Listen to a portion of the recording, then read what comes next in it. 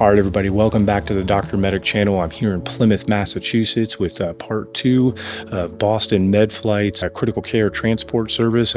Check out part 1 down in the description below, which is going to be with their amazing H145D3 model. But for now, we're going to look at this Freightliner critical care ground transport ambulance that they have, which is staffed with an EMT, a nurse, and a paramedic. First, I'm going to do a quick walk around on the outside, kind of show you what makes this truck special. Then we'll jump up front, take a look what it's like to drive this thing around, and then we'll jump in the back where all the cool stuff is.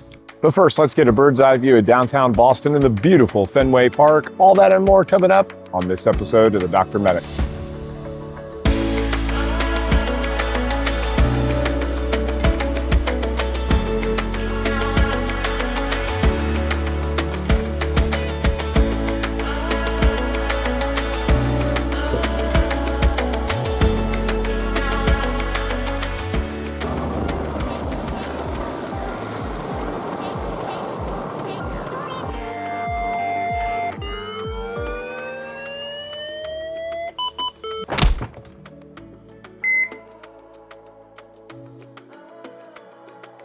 So we're actually here at their brand new hangar, which is here in Plymouth, Massachusetts, which houses not one, but 2 of these trucks. And on the other side of that truck over there is going to be their H145 helicopter. They're actually out on a flight right now.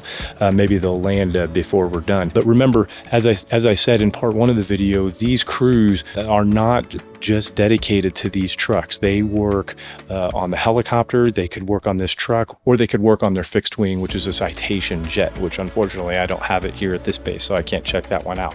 Both of these are the same. That one over there is actually just a spare. One thing that you'll see with Boston MedFlight is just the redundancy, both in safety and resources, supplies, training, education, everything. So let's jump into this Freightliner right here and start doing a walk around and check it out. Okay, so this is a big commercial cab Freightliner. This is not a Type 1, a Type 2, or a Type 3 ambulance. It's a commercial cab. When you first purchase it, it actually doesn't have anything on the back of it. In this case, they order the Freightliner from the Freightliner factory, and then they say, I want to build an ambulance out of this. And that's where the box comes from, and that's where all the stuff on the inside comes from. This is a big, giant Cummins turbo diesel. It does use clean diesel technology, so there's diesel exhaust fluid over on the side. And as I mentioned in one of the other videos about always having spare DEF, they definitely have no shortage of diesel exhaust fluid on hand here in case they need it. Okay, just going around and looking at the lights, all of the emergency lights are LED, and if you look right up there in between right about there in between those lights, that looks like an Opticom system, which is something that helps to change the lights from red to green. So yes, that technology actually does exist. This is going to be a giant air horn. There's no way that you're not going to hear that. So people, when you hear that, you know, get out of the way. One thing that's pretty unique about this ambulance is that it has a liquid suspension system. I'll show you the setup inside. Someone mentioned to me on one of my other videos on an ambulance that the suspension system can't be liquid because liquid can't be compressed. Well, yes, it actually can. There is some technology out there that utilizes liquid that can be moved back and forth between valves to offer a better suspension system than either, something that is oil-based or even pneumatic-based or something like that. They have all this beautiful diamond plating along the side, including there's a little port right here where you can plug in a line for a block heater. They keep this ambulance inside, so it's not really necessary, but if they had to, we are up here in Boston and it does get cold, they can use that. This first lid is just going to be their diesel fuel lid, and then this is where their diesel exhaust fluid is going to go, which they can either fill up at a gas station or they have plenty of it here as well. Actually, walking over to this first door is probably one of the coolest parts of the ambulance. Let's check it out and see what's inside. So you've actually got 3 tanks up here, which is pretty unique. The bottom tank is actually going to be their liquid oxygen. So remember, I've said in other videos before, instead of carrying their oxygen around in a compressed format, which requires a giant tank, they carry it around in a liquid format, because when the temperature is decreased enough with oxygen, oxygen will turn from a gas into a liquid. And so this liquid oxygen is kept at a very, very low temperature, which keeps it in liquid form. And what's the purpose of that? It just means that they can carry way more oxygen, less time for refilling. But when you're doing critical care stuff where people are on high pressure stuff with their ventilators or being intubated or being on CPAP or BiPAP or something like that, it sucks up a lot of oxygen and it just lasts a lot longer when you have a lock system. Going up top here, they have medical air, and the medical air on this truck is really only used for their isolate. They do a lot of neonates, a lot of young babies who are in an isolate, and an isolate is going to need medical air. But the one that's really unique next to it is they transport a lot of young neonate or infant cardiac patients who may have a big need for heliox. And so instead of taking those portable tanks that they have, it's actually plumbed into the vehicle. So they have a heliox tank, which is awesome. Moving up top here, they have just a standard emergency kit in case they get stuck on the side of the road. But coming down here, I mean, they've got a standard backboard that's right here. They've got an ice scraper. Again, we're in Boston, so they do get ice. And then some splints. They've actually got some spare wiper blades down here. They have a KED and a hair traction splint, and then a whole bag for their cervical collars and other cervical immobilization devices. Over here, this is just left over from their COVID days. I mean, they probably still do it because they do transport COVID patients, but back when they were transporting a lot of COVID patients, this is kind of their decon kit. And then just in case you forget how to use the liquid oxygen service or the liquid oxygen system, there's some extra instructions for you. And then over here, they've obviously got two giant shore lines, keep the batteries charged and also help with the climate control. They've got a lot of things in here that are charging up all day long between the monitor batteries and the ventilator batteries. Their balloon pump is getting plugged in, as well as all the batteries for the actual truck itself.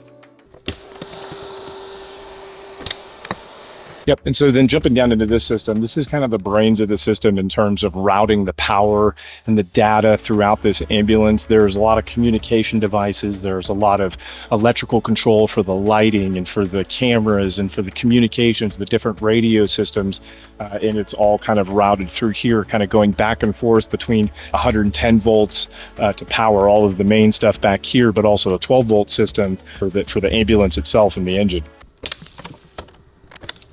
Down here is going to be their battery tray, and like I showed you, or I'm going to show you up front in just a second, switches up there that they can use to isolate these battery systems from the front system, so they can charge the back, they can charge the front. If the batteries up front and the engines die and the truck won't start, they actually have a way to be able to, just by flipping some switches up front, to route this 12-volt system to the 12-volt system of the starter of the engine and actually get the engine started in case that battery dies.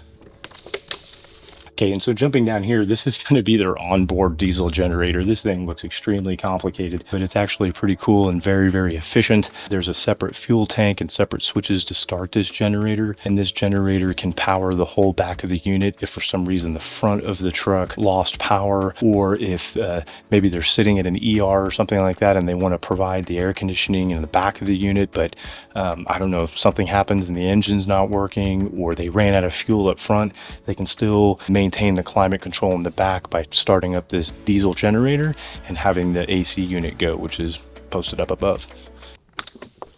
And then here's that kind of auxiliary AC unit. This is not driven off of the engine. It's a separate AC unit. It can be powered by the generator that's below, but it's only providing the air conditioning inside the back of the ambulance. Okay, they come over here to the back of the ambulance. You can see that they have a power cot system that is sitting out here.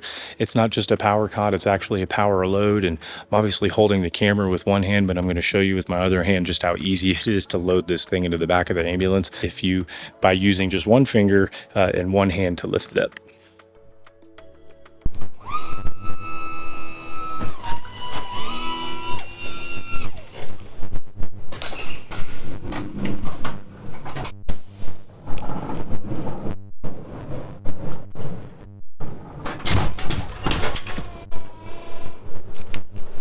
It's as easy as that. It's come a long way from actually having to use 4 people to lift this stretcher up. This saved $1 million in back injuries for probably just about every agency that's adopted it. Super safe feature. We're going to jump inside in just a second, but when you open these doors, the back of the ambulance actually lowers down automatically. But if for some reason you needed to override that system, that's what these buttons are for. You can dump the system and it'll actually lower on itself. Okay, down here on the back right of the ambulance, it doesn't look like this is a very exciting compartment because it's just got some road safety equipment and a fire extinguisher, but I'm told that that is called the ferry packet. And by ferry, I mean F-E-R-R-Y. We're out here close to Cape Cod, and there's a lot of islands. There's the island of Nantucket, and there's ferries that go back and forth. And so if they're transporting a patient where they can't leave this engine running the whole time, and they need to get shore power, when they're on that ferry, there's actually connections within this bag to be able to connect to the ferry shore power and keep the ambulance actually powered up and all the systems running while they're on the boat and going out to the ferry. I can't imagine that's a very fun experience, but it's an added resource that they have and they're able to do. Okay, so I'm up here in the front and I'm sitting in the driver's seat, and guess who sits here?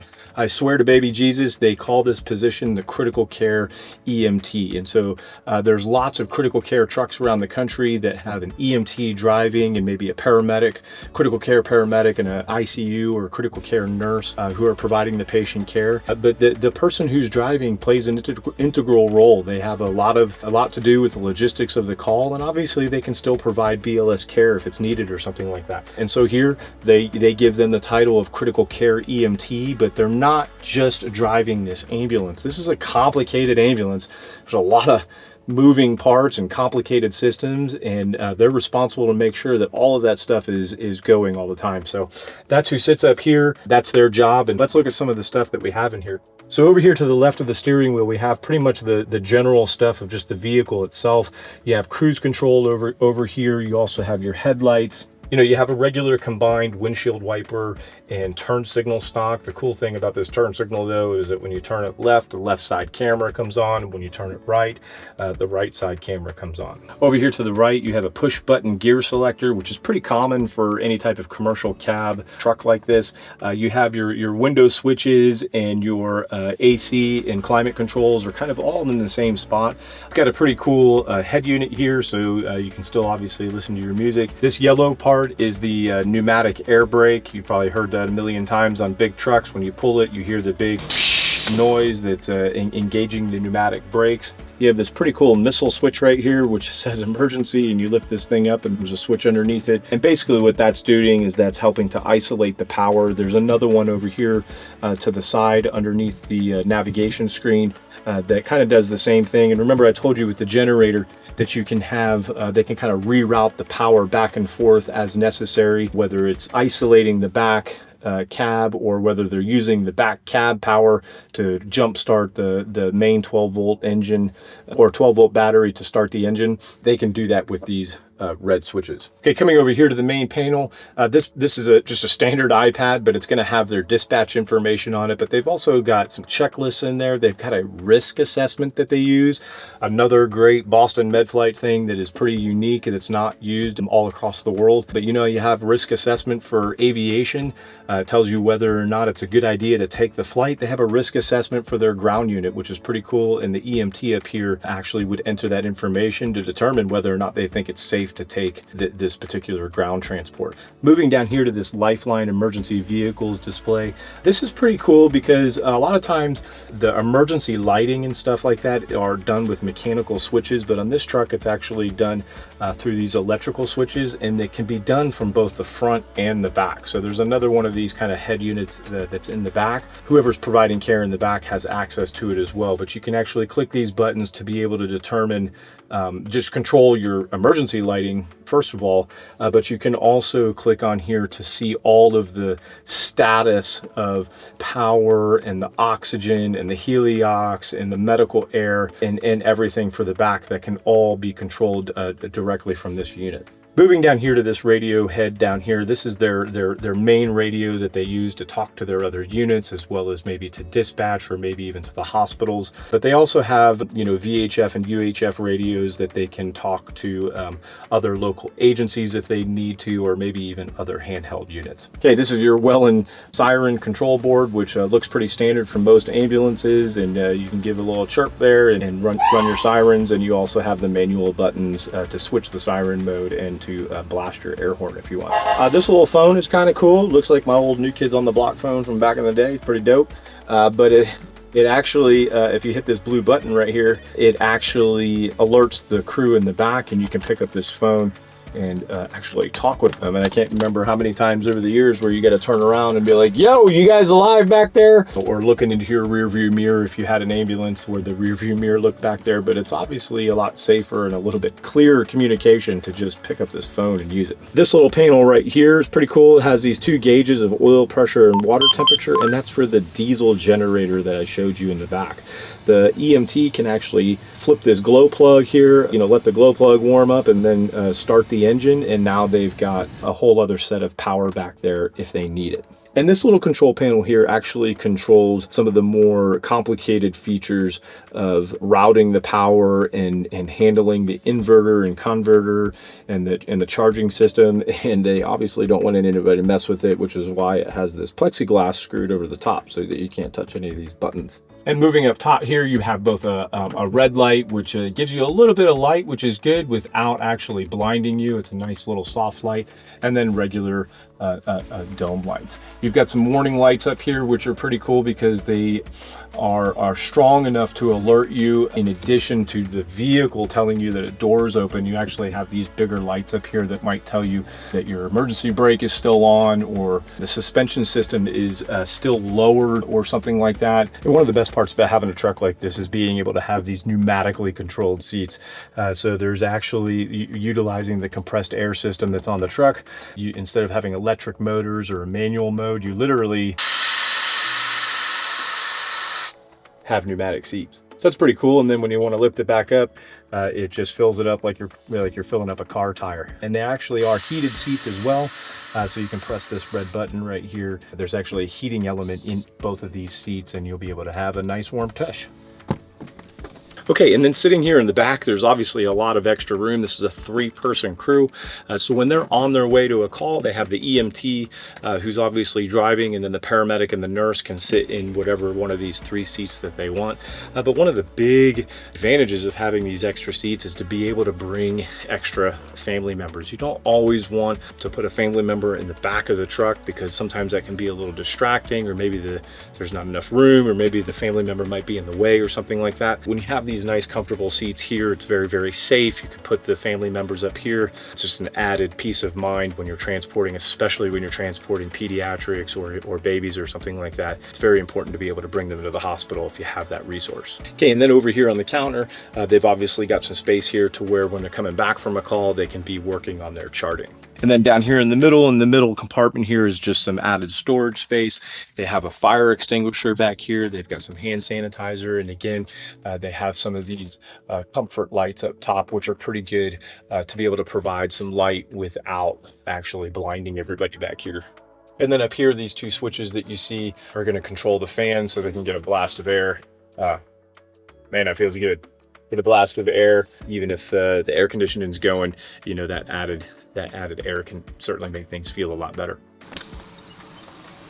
Okay, so now that we're in the back of the ambulance, this is absolutely a mobile intensive care unit and a mobile emergency room kind of all wrapped into one. The amount of resources that they have back here is just absolutely insane. Again, the crews that work on this ambulance, they are not hired to just be on this ambulance. A lot of places are like that around the country. It's pretty unique here. When you get hired at Boston MedFlight, you are going to be an expert at taking care of your patient in a rotor wing or helicopter, in this ground unit, or in a fixed wing with a Citation jet. And that also includes all of the specialty teams that some places might normally utilize, okay? Lots of helicopter services or lots of ground critical care transport services have very, very qualified critical care nurses and critical care medics, but they specialize in what they see most: the adult cardiac patients, the trauma patients, the patients who need, advanced airway management. But a lot of times at a lot of services, including services, that I worked for many years ago, when the patients become,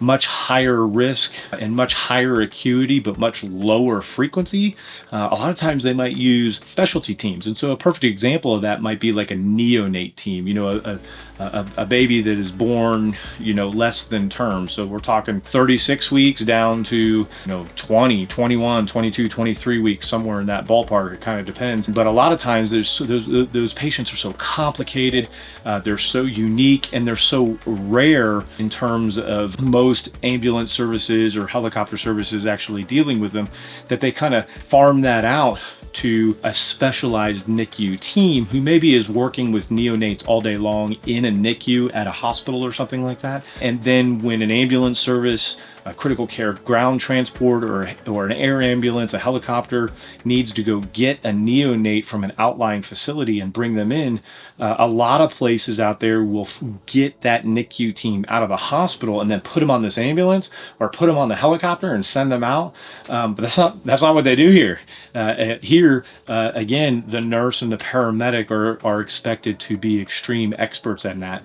And I believe what one of the folks told me earlier is that 20% of their calls are peds and neonates here at this agency. So they are absolute experts. Other examples of that are your advanced cardiac patients and transplant patients or something like that, patients who might be on ECMO or balloon pumps or Impellas. They transport those patients here by themselves, and they do that at other flight services and ground services as well. But they actually have their own balloon pump here, and a lot of times when they do ECMO patients, especially if the patient's already been cannulated out in the field, they only bring a perfusionist because the care of the patient is being maintained by the paramedic and the nurse on this transport unit, and the perfusionist is there in case of emergencies or to manage specialized equipment or something like that. But the care is run and organized by the actual crew of this truck. So that's why you see so many resources here. So we're kind of going to go around and look at them.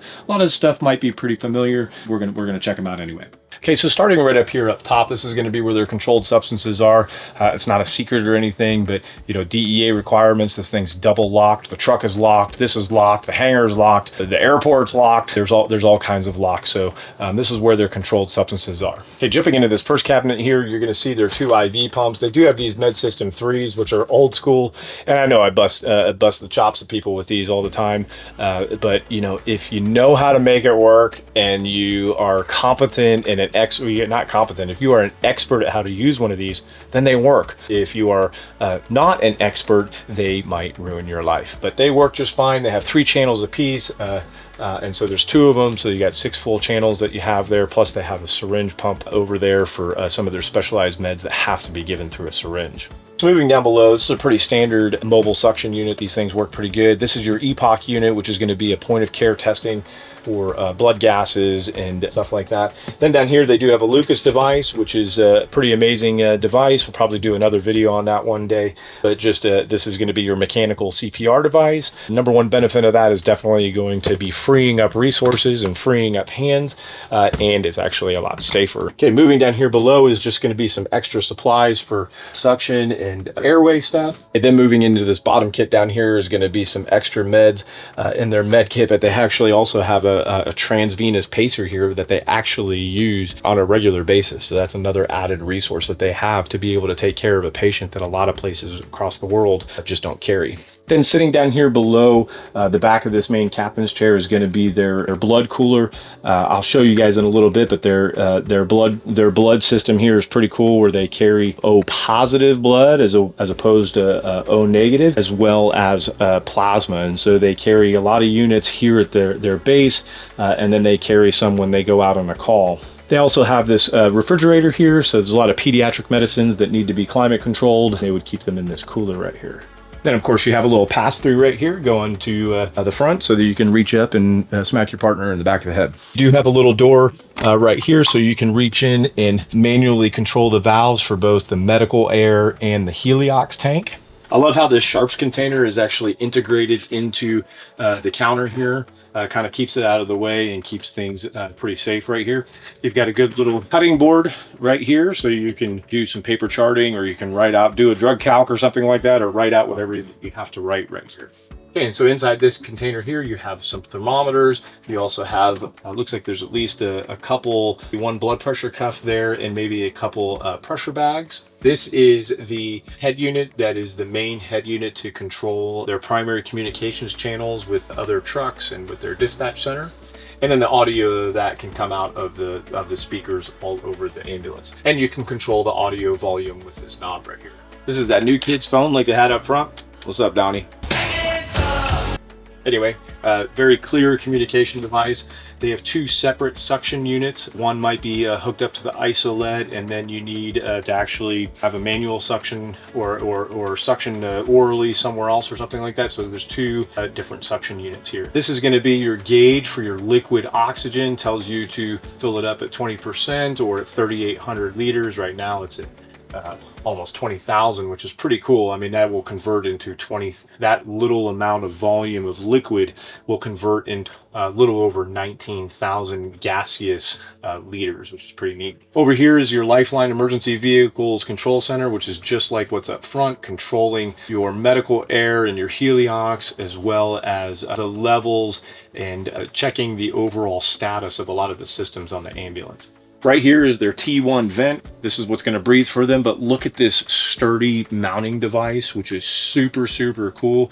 Again, the most dangerous place for a paramedic on an ambulance is in the back of the cab because oh shit, lights went out. Because like I said, being a paramedic, the most dangerous, or a nurse in the back of an ambulance, the most dangerous place and the thing that you can do is be in the back of this ambulance. So not only protecting yourself with these foam things if you end up hitting your head, or having the right seat belts, or having things placed strategically, is also securing your equipment, just like you would in an aircraft. If this thing's going down the road at 50 miles an hour and a deer runs out in front of this ambulance and the EMT has to slam on the brakes, this ventilator is going to fly forward, and it's going to fly forward at 50 miles an hour. Well, if it's connected to something secure like this, that's not going to happen. So it's going to be safe and secure.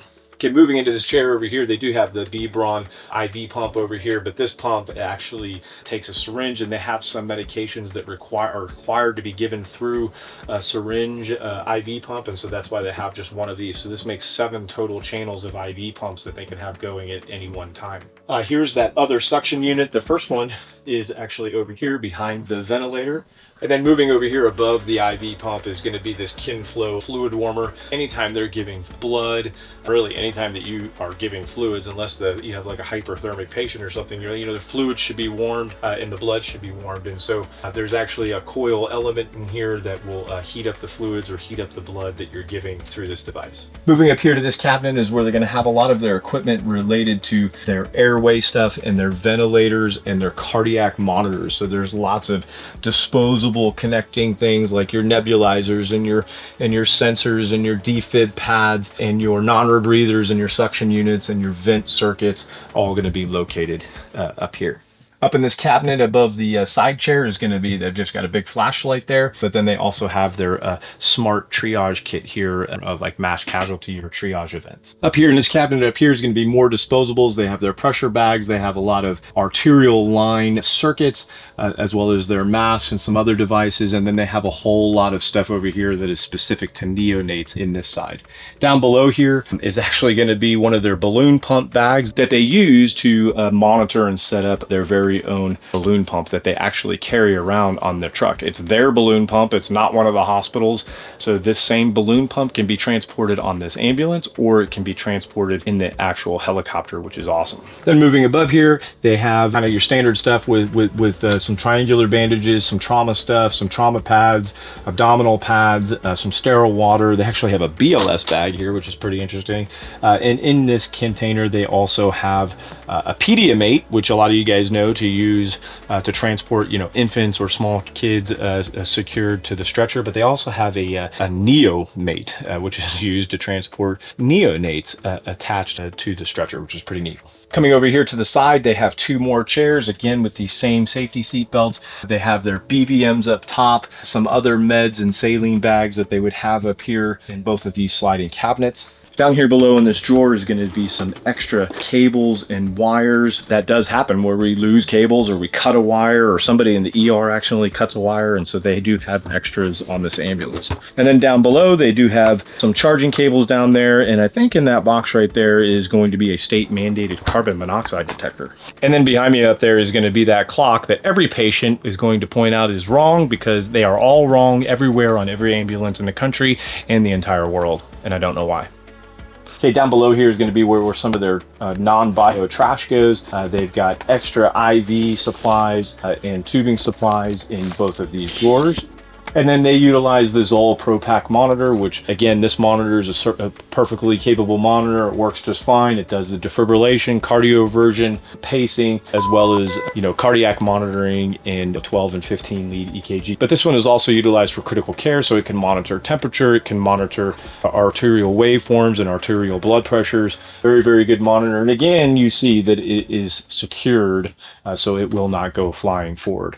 Then up here above, you have rails. I like how these rails are yellow all throughout, so that if you have to reach and grab something quickly, you automatically know where it is. Normally, these are not painted in most ambulances, but I do like this. Up at the top, you have your IV hangers if you needed to hang some fluids. I think there are a total of 4 of them up there. You have some ventilation ports, as well as some speakers and lighting all over the back of the ambulance. All right, everybody, so thanks for coming along. That's my review of Boston MedFlight's critical care ground transport unit. Nothing but a bunch of professional men and women here who are striving to their absolute best to provide the highest level of care and professionalism. They contribute to the data. They are participating in research. They are doing things that are far above and beyond what most paramedics in the United States, or even really around the world, are doing pre-hospitally. They have an extremely high sense of a culture of safety, embracing all the things that I told you about, like being safe and taking care of the actual employee and the medic and the nurse and the EMT themselves, making sure that they're not fatigued or angry when they're coming into work, that they have everything that they need to be able to do their job to the highest absolute level. Absolutely amazing. If you've got a helicopter or an ambulance you want me to come check out, send me an email or something like that. Otherwise, I do appreciate you guys taking the time to watch, and we'll see you guys on the next episode.